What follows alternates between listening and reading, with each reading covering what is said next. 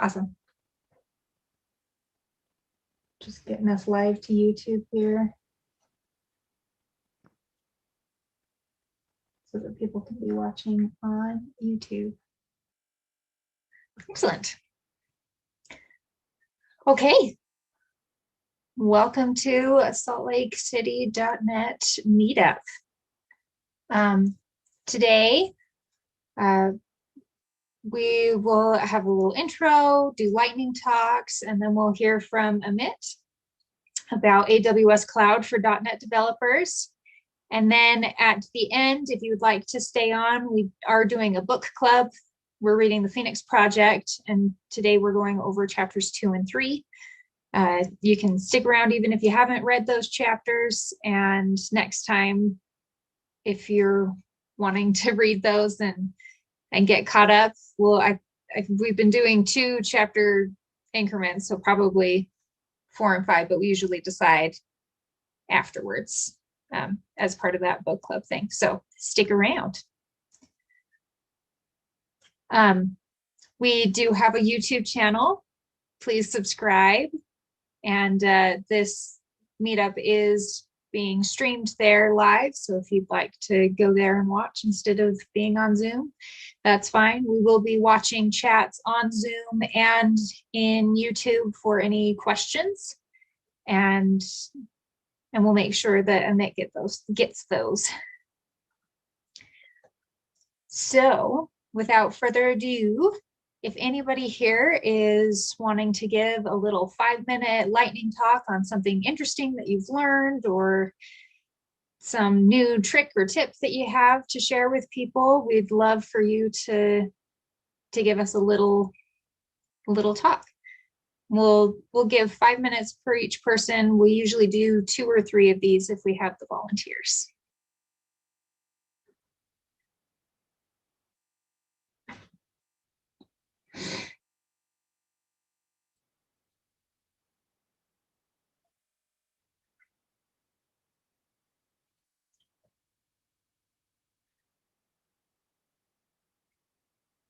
And I'll sit here and be awkward in silence for a little bit to make you feel a little antsy to want to say something. I would have to state I have a coincidence of this talk that I forgot we were going to have, but Monday I took and passed the Practitioner Cloud exam for AWS.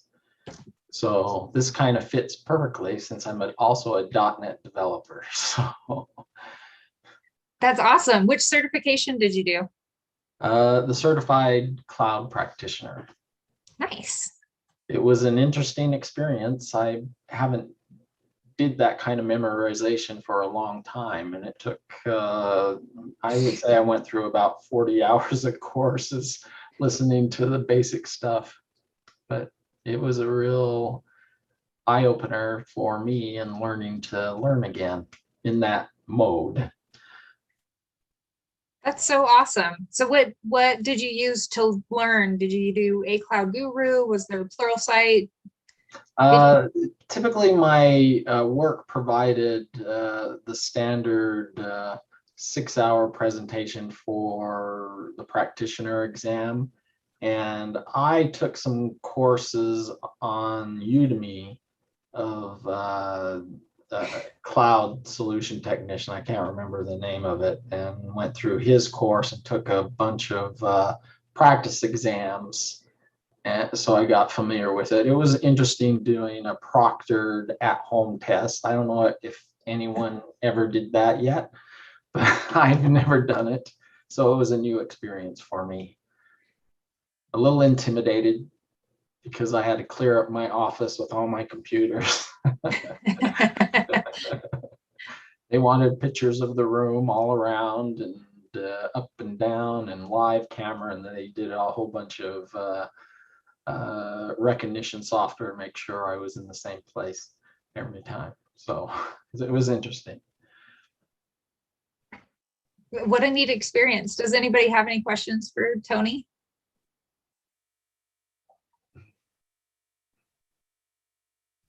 Do you know if there's an equivalent Microsoft certification, since I'm not familiar with the If AWS side? Oh, Pluralsight? No, like, so for example, that Microsoft has a number of exams, right? There's a Azure Certified Solutions Developer, and there's a number of other ones. Yeah. I just happened to know if you knew what the equivalent was, so I had something to compare to. I'm not really sure if they do offer it. Okay. I know many years ago I studied Azure, but they probably do provide exam and talks to study their level test. I'm sure they do. Just look at Udemy. Yeah, they do. Pluralsight. Yeah. Yeah, so the cloud practitioner one is the beginning level of certifications. They do recommend when you're doing your AWS certifications that you start there, because it kind of gives you a base level of information to build off of. So I don't know if Azure has something like that in their certifications, but that's what it would be equivalent to. Yeah. Nice. Very nice. Well, I'll let other people take turns. So thank you for the opportunity for me to talk. Yeah, thanks for sharing, Tony. You're welcome. Anybody else have something interesting happen? Coincidental? Learn something new? Solve a crazy problem at work that would be exciting to share? So I have something I can share. I'll try and get a little closer to the camera. So about a year ago at Health Equity, we started a transition to using the cloud a lot more. And in that process, we happen to be using Azure. I've had the opportunity to start, becoming familiar with lots of different services that are available. And today even, I kind of had the realization more than I had previously about how many amazing tools there are in, your well-built clouds, right? Like AWS and Azure. So for example, if you need the ability to stream millions of messages a second, in Azure, you could go to event hubs, right? If you need a way to distribute events across, multiple disparate systems, right? You pull up Azure Event Grid, and then it can forward events to service buses, to Event Hub, and to storage accounts, all sorts of things like that. We were looking at, a document database, and well, there's that too. There's Cosmos DB, and there's just system after system, or application after application, or service after service, depending on how you'd like to call it, that provide us this amazing functionality that, having worked in a world where you have to build everything mostly from scratch, aside from like, a relational database, it's very different. So it's actually kind of paradigm changing to realize that you have all of this functionality, that there's all of these kind of solutions out there that you can leverage, but then you have to become familiar with them and whatnot. But the speed at which you can develop is amazing, and the amount of time that you can free yourself from operational costs and whatnot is just, anyway, it's been a blast. It's been a lot of fun. So if you haven't played with the cloud, try taking the time to play with it. Use your free Azure credits, your free AWS credits, learn about the functionality, how you build these systems that you can tear down and stand back up in a matter of minutes, and be up and running, or clone an environment, like I said, in a matter of minutes, because now you need, this new environment for testing. It's truly a fun, empowering experience. Thank you, Caleb. Does anybody have any questions for Caleb?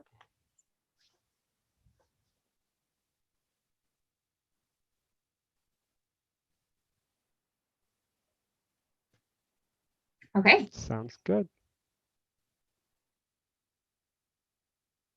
I'll give it another minute to see if anybody else wants to do a lightning talk, and if not, then we'll move on.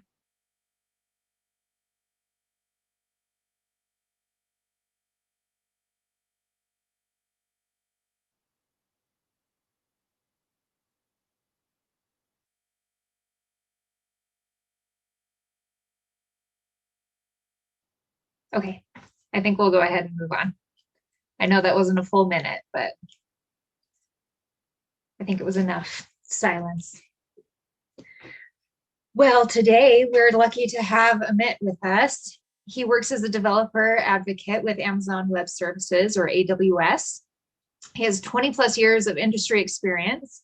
And in his current role, Amit focuses on architecting AWS, optimizing AWS environments, and helping customers and partners with cloud adoption with special focus on Microsoft and .NET workloads. Prior to his current role, he served numerous roles at Microsoft for 11 plus years, helping large enterprise, several industry verticals with cloud software architecture and development consulting. So, Amit, I'm going to stop presenting and I'll let you take over. Thank you. Let me quickly share my screen. Okay, are you able to see the screen I'm sharing? Sure can. Okay, wonderful, wonderful. Thanks, thanks, Bree. Thanks, Caleb. Thanks to the team. The introduction has covered my title role. What I want to come back is the focus on what next 45 minutes is for you. If you're a .NET developer and haven't explored cloud or AWS, this is the session. I'll be covering kind of 360-degree worldwide tour. So developing, debugging, deploying, CI/CD pipeline, and touching upon several services. My goal is to actually give you the glimpse of each capability that we have, and then give you resources because nobody can learn things in 45 minutes. I'll give you a good amount of workshops that you could take and do it on your own at your own pace. Without much further ado, let's get going. Are we working on AWS and .NET just today, yesterday? No, it's been 13 plus years of continuous innovations. If you see, early 2008, we started supporting the Windows servers, moved on to supporting SQL Server, different editions. And then Windows, SQL, .NET, AD are kind of married together. So supporting .NET, .NET Framework, .NET Core. And then it's not just supporting different workloads, it's also productionizing, right? So how do you do tracing? How do you do monitoring? How do you do authentication and authorization? So we have those capabilities so that you can run production-ready applications on AWS. Last but not the least, .NET 5 ready. .NET has itself gone through its own transformation, I would say. So .NET Core moved towards a common platform, and .NET 5 is the kind of amalgamation. There was a lot of confusion on .NET 4, .NET Core. So now .NET 5 is the one framework which everybody targets. .NET framework still exists, 4.8, and I think it'll only get the security fixes. No more new innovations will happen with the framework. .NET 5 is where most of the innovations will happen. So what do we give? AWS tools for .NET developers. What I'll do is I'll come out of PowerPoint and I'll show you, because that's where we learn most. So here is a Visual Studio, and as a .NET developer, the first thing I ask is like, what can I do inside Visual Studio? So the first thing I want to tell you is you install a toolkit that we have, AWS Toolkit for Visual Studio, 17, 19, and early editions also. Once you install the toolkit, the first thing that you will notice is having AWS Explorer. So right here, you get to see all the resources inside Visual Studio. For the folks who are pretty new to AWS, usually you sign up on the console. So basically, you create you sign up, you get an account, and you start manipulating AWS services. So let's say I want to manipulate S3. So I choose, and I work on the console. I can see all the buckets that I have created. So let me quickly go here. I can see the buckets right now online.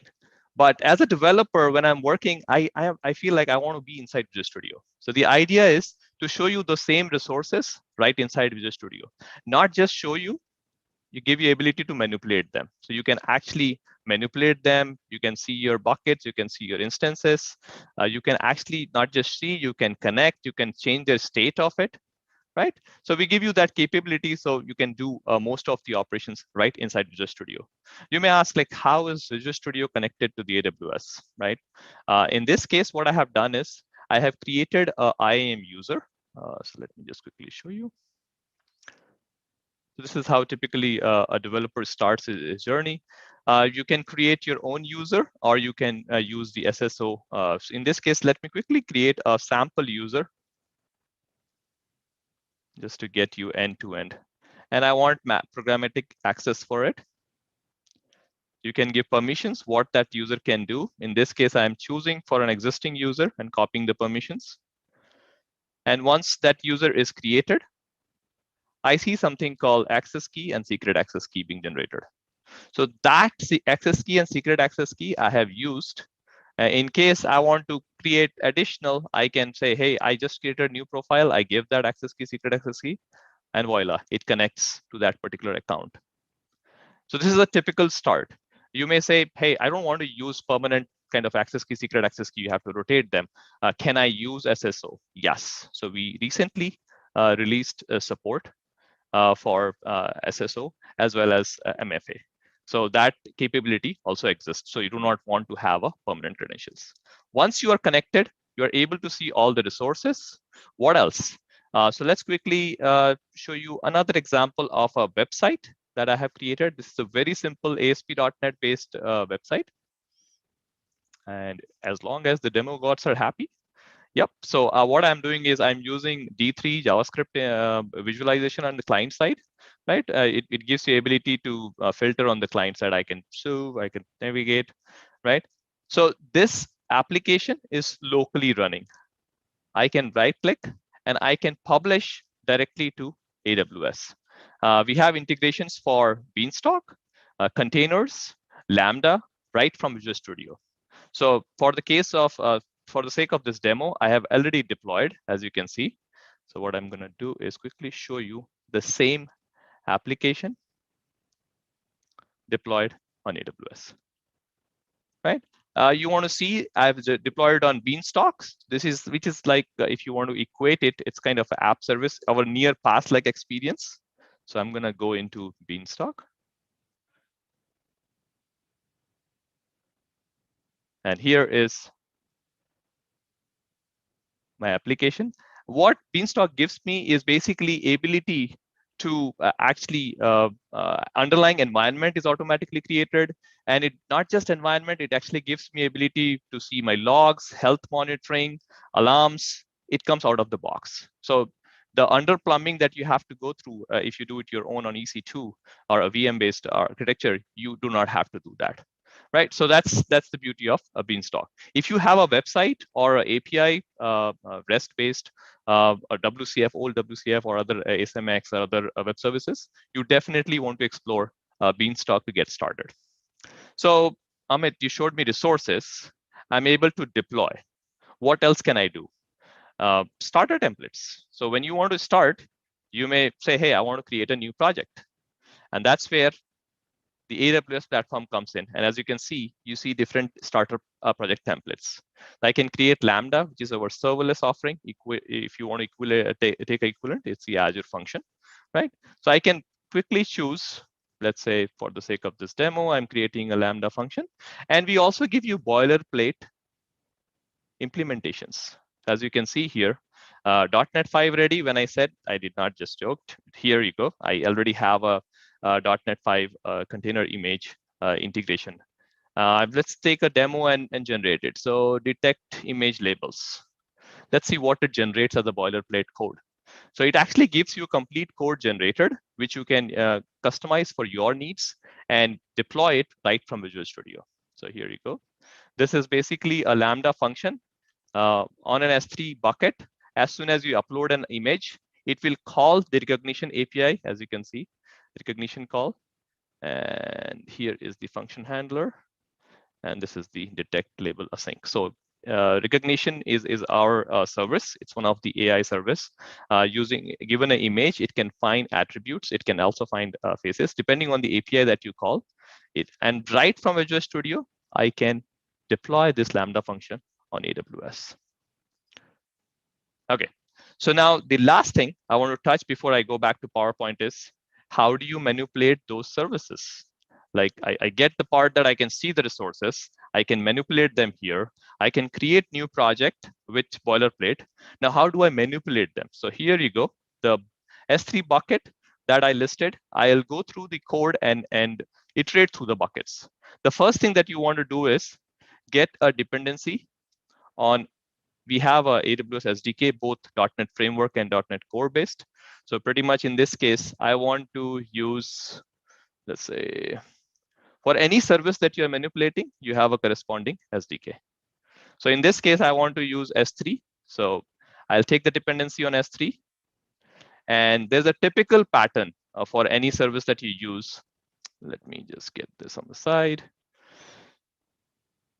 Amazon.s3, Amazon.s3.model. As you see here in this case, I'm using S3.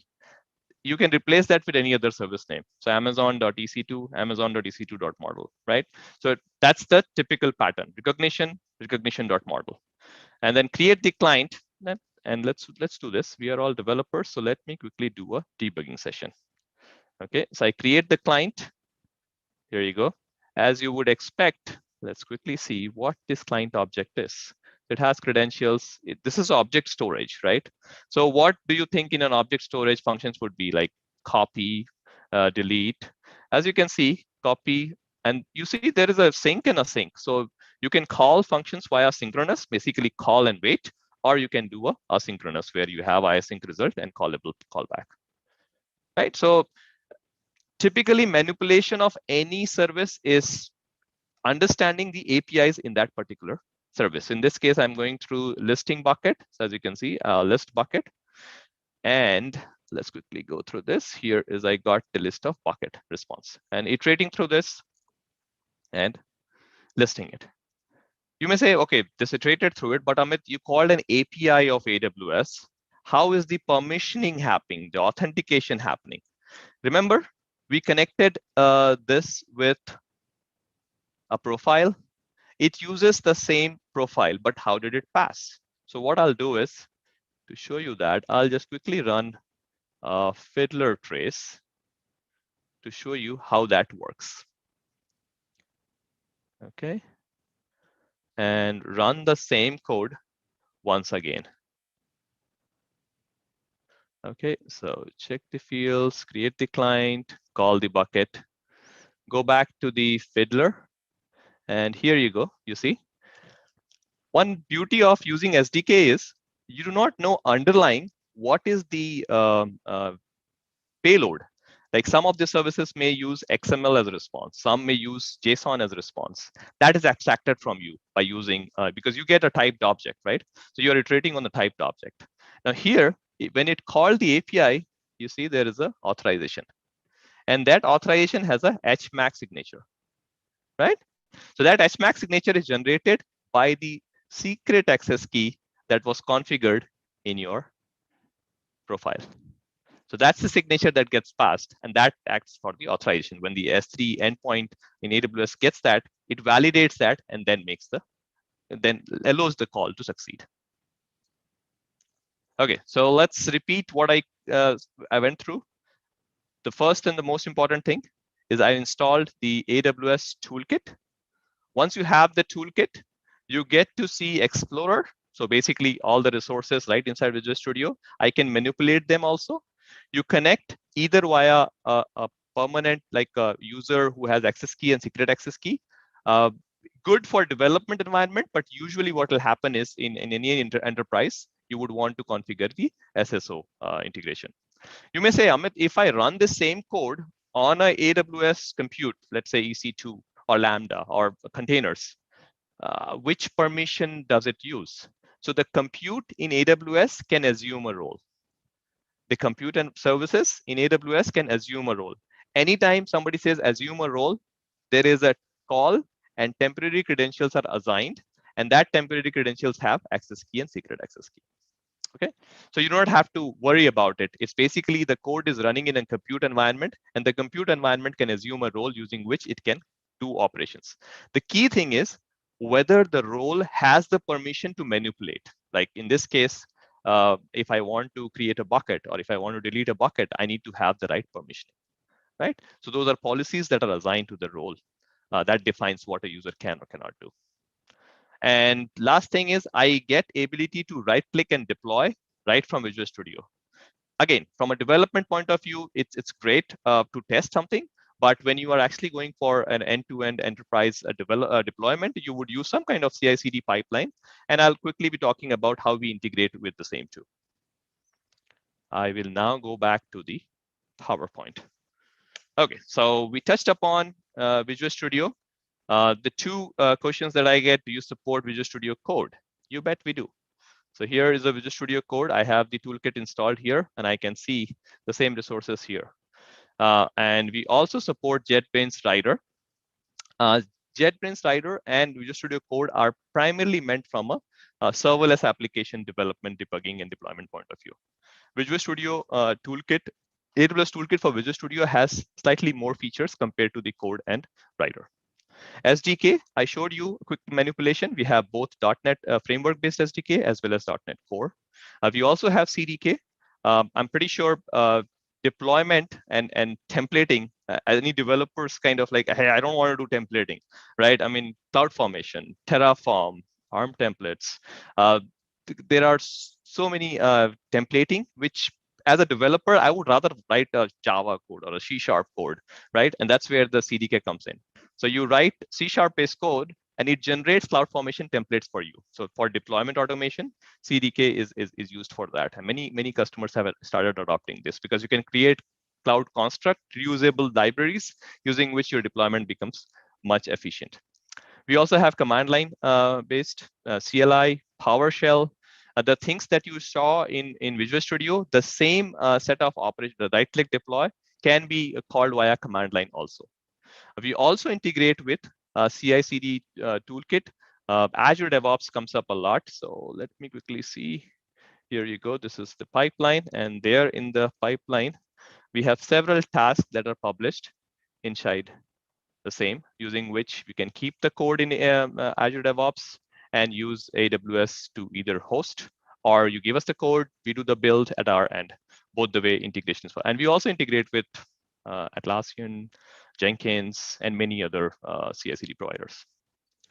Okay, so you saw the ID integration, publishing from Visual Studio. We are able to see the resources right from Visual Studio. We are able to publish Beanstalk, API and websites, Lambda, serverless functions, containers. The SDK, as you saw in the Fiddler Trace, that the response from S3 came via, the format was XML. So the early services, S3 is kind of our first service, right? So the early services had XML as a response type, but the later services have JSON. But as a SDK manipulator in C#, I don't need to worry about it.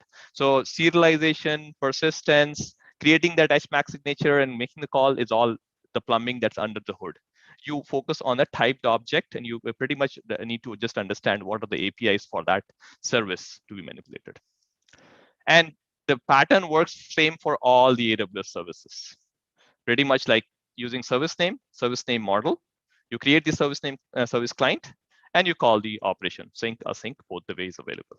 That's the consistent. So you learn to manipulate one service, you pretty much manipulate all the other services. Don't believe me? Let me show you another example. Let's go in. And what I'll do is we have a service called Comprehend, which is basically an AI service. Given a text, it can find out entities, language, sentiments. Think of it like sentiment analysis in the same. So if you see here, I just want to find some really cool new places, and there is some sentiment like just terrible, right? So let's see the program. What is the drill? The drill is first you take the dependency. In this case, I took the dependency to AWS SDK Comprehend. At the top layer, as you can see, Amazon.comprehend.Amazon comprehend.model. It needs input. So understanding what it needs the input of, so we read it from a file and we generate a file. So let's quickly go ahead and run this code. Okay, so it created the comprehend client, and it has language detection, entities detection, key phrases, and sentiments.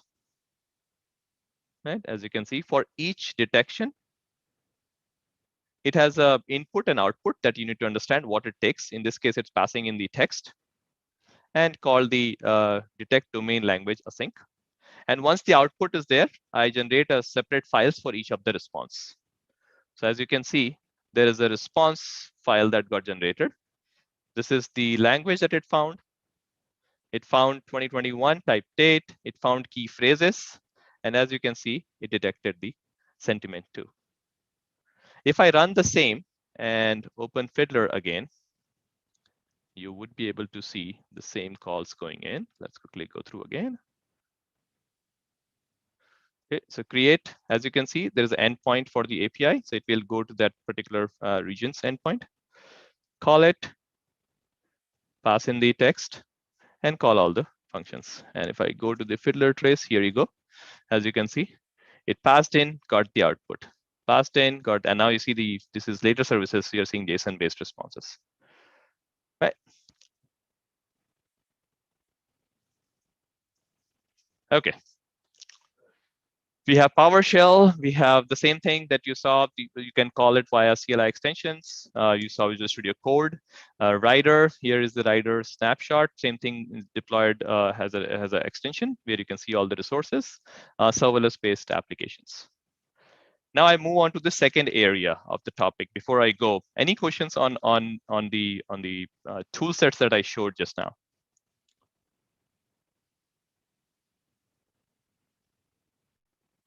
I mean, we could take questions at the end also.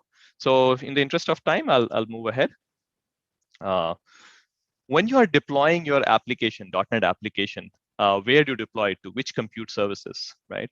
Here, if you see, I have given a scale of opinionated-based deployment. Like you start with maybe a VM-based architecture, but you slowly look to modernize the application and go towards more container or serverless-based architectures, right? So the first thing, as I said, Elastic Beanstalk is your go-to to start with. Like if you want website, web application, web services, easy to get started on AWS, Beanstalk is your friend.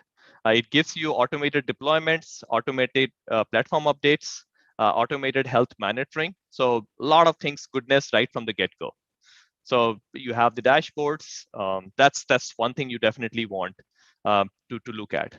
The containers and the serverless is something that we will discuss more. Let's quickly, we saw the example of this comprehend. The next is basically CI/CD. We saw one example of it is via the Azure DevOps.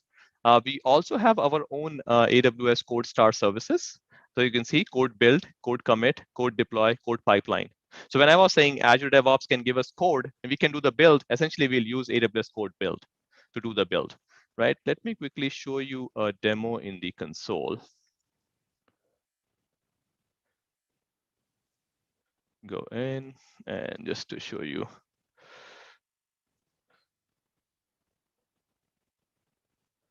Here is the project. I'm just showing you a quick sample of it where you have a pipeline, right? Now, a pipeline where you have a source, you get that build, and each one has a different service that is being used, right? And these pipeline can be modified. Like I can add as many stages to it, right? Let's say I want to add another stage. Like I work with financial services in New York many times, and they're like, I cannot have a completely ungated code deployed. Like they have to have a make sure at the end. Let's say I'll just call it as a make sure stage, right? I mean, there's something. Obviously, the repercussion at a financial customer is huge if you have a small thing going wrong. So as you can see here, additional, I'm just saying additional action. And I can configure this to have a lot of AWS partner tools also, right? I'll give you example. Like while doing a CI/CD, you want to run code scan. You want to run VeriSign based review of your code. You want to do a Bitbucket based performance testing. in the same pipeline, right? So you could integrate and you can add as much. So you can make your pipeline, you can enrich your pipeline that way, right? Code build supports .NET based building, .NET framework, as well as .NET Core, right? So we have our code star services, the code commit, code build, code pipeline, but it doesn't mean that you have to use these. You can always pick and choose. So you can use Jenkins as a build, right? You can use code deploy as a deployment. So you can pick and choose, and you can bring in the partner also as part of the same. So that's on the CI/CD, very quick at the top level review. And we also integrate with the third-party CI/CD providers. When we are talking about modernization or progression on the cloud, let's quickly understand what do I mean by that. So take a classic web application, 3-tier, web tier, API tier, and DB tier, right? If I want, this is your on-prem architecture, right? You may scale it via some kind of web farm, right? Hardware, software, load balancer. That's your on-prem architecture. Let's just take it and deploy it on AWS. Initially I'm very what you call, I want to go to cloud, but I don't want to completely refactor my code and look to change overnight. So I would replicate as is what is there on-prem and match it to the instance types, configuration, CPU, memory, and based on that choose the instances. So you can see here, I got instances, I got auto scaling. So at least I got ability to scale up and scale down, right? That's the first layer. But is this the actual value of cloud? No, definitely not. You really want to move towards as much possible doing lesser of undifferentiated heavy lifting work. So no operations or near zero operations. So let's take an example of how do I modify this application. So you see here, what I did was I changed the API tier to API gateway Lambda serverless function. I put in the decoupling here, queue and SNS topic. So basically take the call, put it on the queue, tell the caller, hey, I got it. Lambda will pick it from the queue, process it, notify it using the SNS. So we got decoupling here. At the web layer, it was a pretty much like a JavaScript-based HTML JavaScript. So I could very well make an S3 bucket as a web server. It's just one checkbox, you get it as a web server. On the DB side, I use managed RDS. It has many different engine support, but I can look to evolve further, right? Maybe because cloud gives me so many different data storage, I can go purpose-driven. If I have graph-based thing, I may use Neptune, right? So in this case, I just decided to do a DynamoDB, our key value NoSQL offering, and Aurora, which has both PostgreSQL and MySQL underlying engine, right? So that is the journey you take and you evolve your application. For .NET applications, typically you have a .NET framework-based application or .NET Core-based application. .NET framework-based application has limited in terms of either you go to EC2, Beanstalk, or containerize via Windows containers, right? I mean, given Linux containers are a little bit ahead compared to the Windows container. It has caught up significantly, but still Linux containers are matured a little bit more than the Windows container. So .NET framework-based application, these are the paths. .NET Core, .NET 5 is pretty much everywhere, right? As a solutions architect or as a guide, we discuss with customer many times, like what is your end architecture? Is it many times they're looking to just, hey, I want to get out of this data center. My lease is going to be up. So in that case, lift and shift, or what you call move and tune, is the only architecture. Sometimes customers want to, hey, this is an application which is my bread and butter application. I really want to put the effort and refactor it, modernize it so that next 10 years it serves me. So in that case, we have tool sets to modernize an application. Couple of tools that I want to mention here is porting assistance for .NET and app to container. What is porting assistance for .NET? Let me quickly show you a demo of the same. So let's go ahead, porting assistant. So take a existing application. It can do the analysis, find out what it would take to move to .NET Core. So it can actually tell you compatible, incompatible packages that you're referring. It can refer to the actual source files. You can see it can highlight what you're referring, what you need to change. So it's a good way to analyze your application to see what would be the effort to go to .NET Core, .NET 5, right? So that's the porting assistant. It scans, gives you a report. You can do many solutions, right? And now we also have a Visual Studio plugin for the same. So you can actually analyze it right from Visual Studio. right? The second thing is AWS App to Container. AWS App to Container, think of it like you have IIS and you are running websites and web services, right? .NET based as well as Java based. You can, this is a command line based offering, so install it on that box. It can do a scroll, find out all the websites on that, and it can actually analyze, create a package, create a container image, and create CloudFormation and deploy it. So it's a kind of a app to container, primarily targeting, like if you have IIS with list of websites, virtual directories and all that, Java based as well as .NET based applications. It can crawl and it can actually inventory, analyze, containerize, create the Docker containers, and then actually generate the AWS deployment of artifact, which is CloudFormation templates also, right? So just quickly coming back on the modernization paths, because that's the path discussion I have with many other customers. So typically we start with rehosting. So customer wants to just take it and move it. So the options are EC2 or Beanstalk, right? Underlying Beanstalk also uses the EC2, right? So that's the pretty much like, hey, you can use tools like we have something called Cloud Endure, block by block replication, or you can do a VM export import, right? You're taking a whole thing, a snapshot, and restoring it on AWS. That's the classic approach. When you say we want to go towards containers and serverless, again, there are many customers with different thought process. Like some customers wants complete, like I don't want to be A versus B versus C cloud. I want complete agnosticity. In that case, container kind of gives you that little bit ability to actually move that image on-prem to cloud A to cloud B to cloud C, even though it's really hard to get end-to-end CI/CD DevSecOps for the same. So that's one path. So when you talk containers, we have two offerings, ECS and EKS. ECS uses our orchestrator, and EKS is the Kubernetes orchestrator, right? When we sit with customers, it's basically we want to understand the knowledge base because there is learning curve in let's say Kubernetes, kubectl, and the pods versus service tasks, and how do you manipulate that? So that's the serverless containers, or Lambda, is where we would want to go, because remember, lesser the operations, the more time you get to focus on your application and innovate much further, right? So that's where you want to go. But that journey takes time. If you have a legacy .NET framework-based application with tons of lines of code, sometimes that modernization to .NET Core can be some level of effort.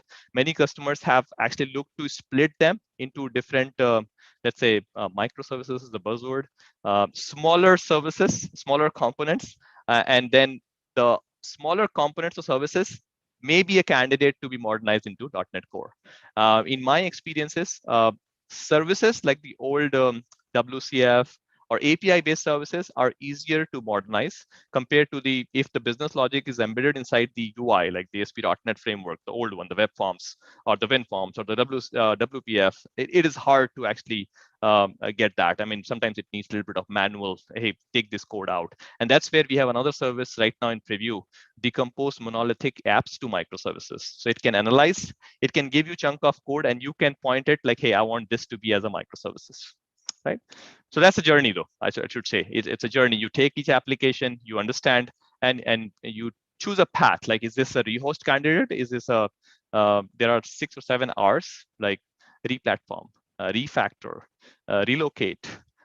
Maybe there is a better offering in the marketplace of AWS. Maybe you are using a partner tool which has another cloud native resources, right? So you have different paths there. Okay, too many information.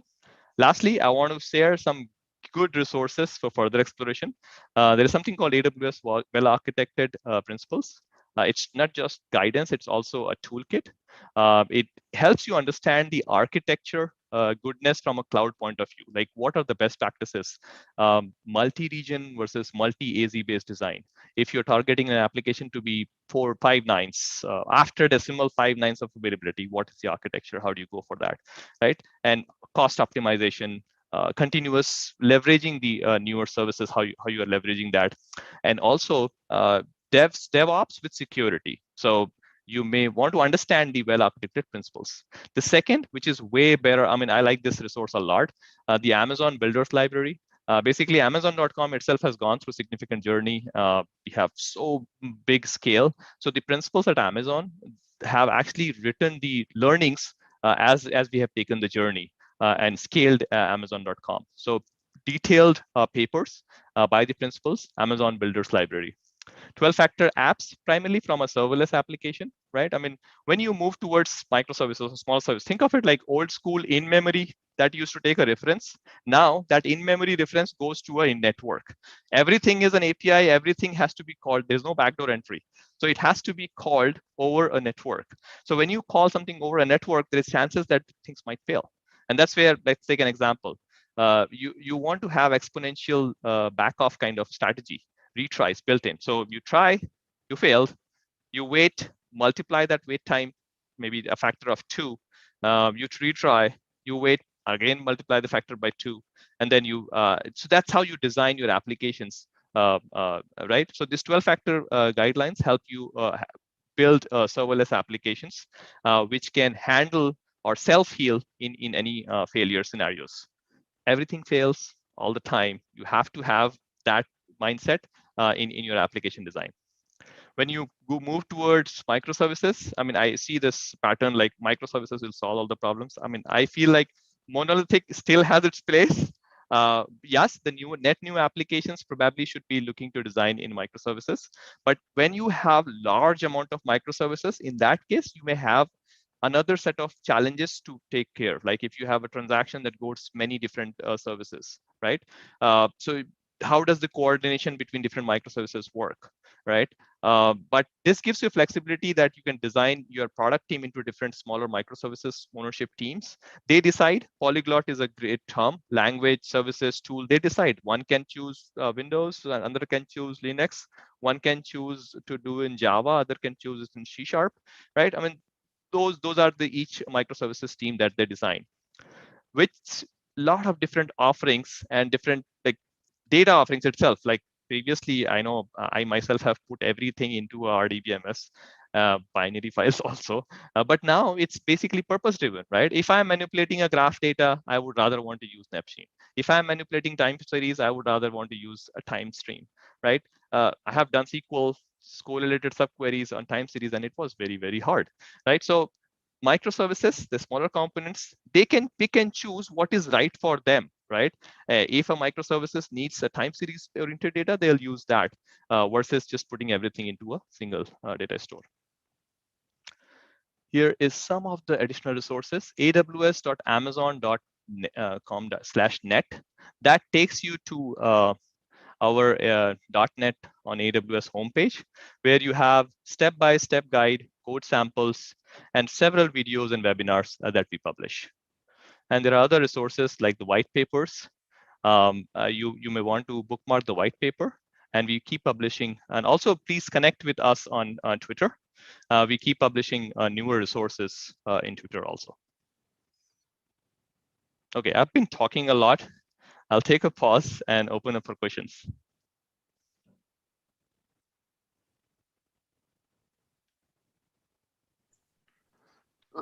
So thank you very much for the presentation. It's I know you've been moving fast, but it's been really informative. One of the questions that I have is, you know, I'm faced with an environment where we have multiple cloud providers and trying to learn the various different offerings from each company.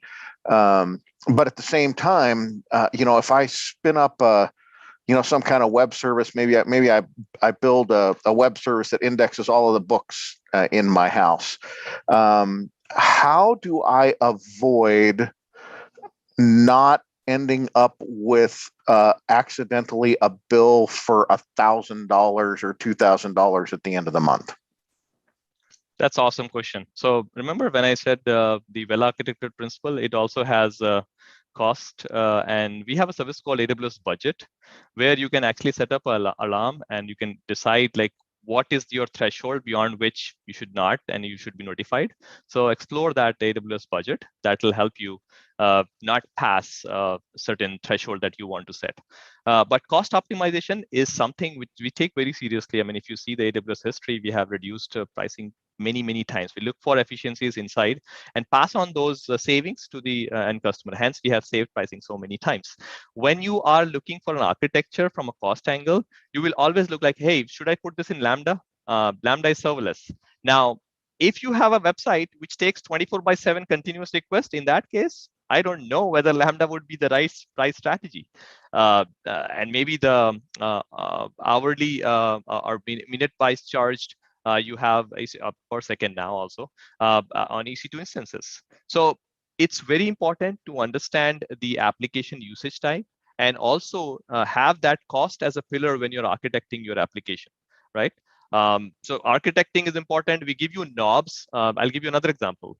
One of the customers uses AWS config. Config is a service. Any AWS resource, when it changes, once enabled, it generates a config item. And you can write Lambda functions. Think of it like a trigger in database. That Lambda function can come in and you can decide what you want. Like an enterprise customer, what they did was, hey, all the developers, thou shall not be able to create R48X large instance, like the bigger instance types. That was implemented in that config item. The Lambda function checked what is the instance type is being created. If it is this, then please don't allow. You can be proactive about it because that's the beauty of cloud, right? You can always automate and you can come at the time when the things are being created. Security also not afterthought. It can be before. You can see the changes in the policies and you can come right in. So using those, and there are other tools and partners that could be leveraged on top of the cloud. They build on top of AWS platform and enhance that, right? So look at cost in your design, in your architecture, and then from an organization wide, you should always look at compliance. So basically tag all the resources. If you don't tag, nobody knows who and where the cross chart should go. And then use budgets, use AWS organization, which is basically linking all the sub accounts. And then you can apply policies at the top, which applies to all the child. So that's governance and compliance. I mean, I have seen customers on-prem, they don't know what is running in that box and in that data center. You don't want to have a same problem in the cloud. You want to have the right compliance governance along the way. Hopefully that gave you some answer. Oh, that's a great answer. Thank you. I put in a AWS .NET Immersion Day link in the chat. Basically, it has step-by-step labs right from configuring your Visual Studio to doing innovative using AI services to doing a CI/CD pipeline. So anybody who wants to go in depth can leverage that resource. Okay, I see a question on the chat. What is the latency impact of switching to function Lambda instead of a service that's running all the time? Okay, that's awesome.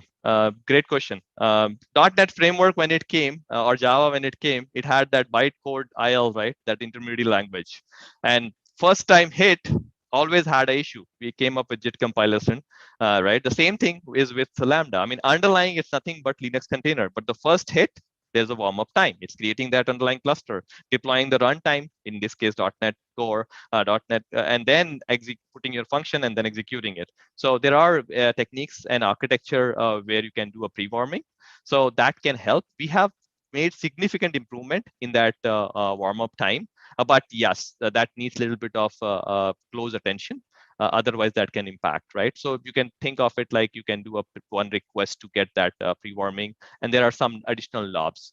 So I can share that best practices with you, Caleb, on the Lambda side.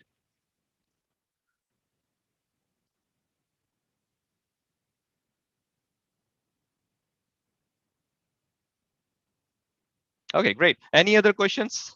I know I probably covered a lot of things in a very short amount of time. I mean, happy to do a workshop-oriented thing where we take just one workload and do an end-to-end, like develop and deploy a serverless application kind of thing. But this was the goal was to get you, we have several set of things already there, and we're not done. I mean, there is a good amount of roadmap in pipeline right now, supporting .NET 5 and making it much easier for the .NET developer to, because there is so many different services. Sometimes what happens is people just, oh man, 180 services, and which one, how do I do? Like, no, basics. What are you doing? An application, what do you need? A compute, a storage.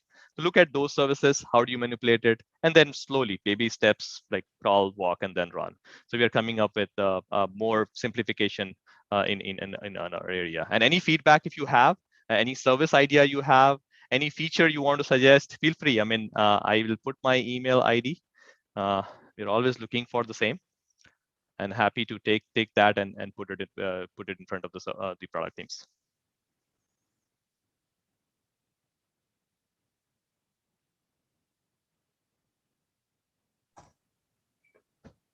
Awesome. Thank you so much. Thanks. It was nice to have you present for us, Amit.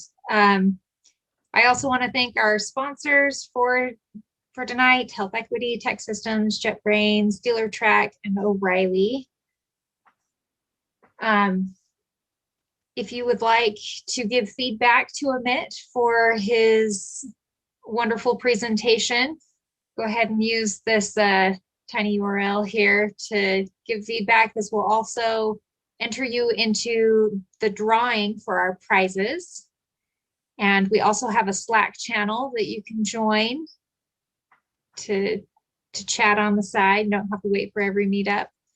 To be able to join our Slack channel, you can use the URLs down here, or you can go to our website that we have. And we're always looking for presentation proposals. And so if you want to give a presentation, or if there's something that you'd like to see be presented, we'd love to hear your ideas.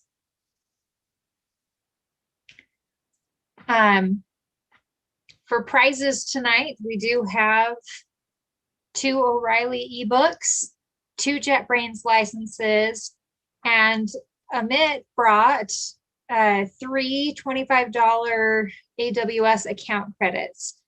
So I assume these can be used if you're building something in AWS to pay for whatever you're using to have your application run. And we'll give people some time to enter in for the drawing. I did post that link for the drawing and feedback in the chat. Before we stop presenting to YouTube, I did want to just show the slides so that people can get excited for our next presentation next month. We will have Andrew Arnott, and he will be presenting on best practices for sustainable reflows and pipelines. So make sure you come back for that. And then again, a reminder that we are reading the Phoenix project and talking about that afterwards. And so stick around. I'm going to go ahead and stop recording to YouTube.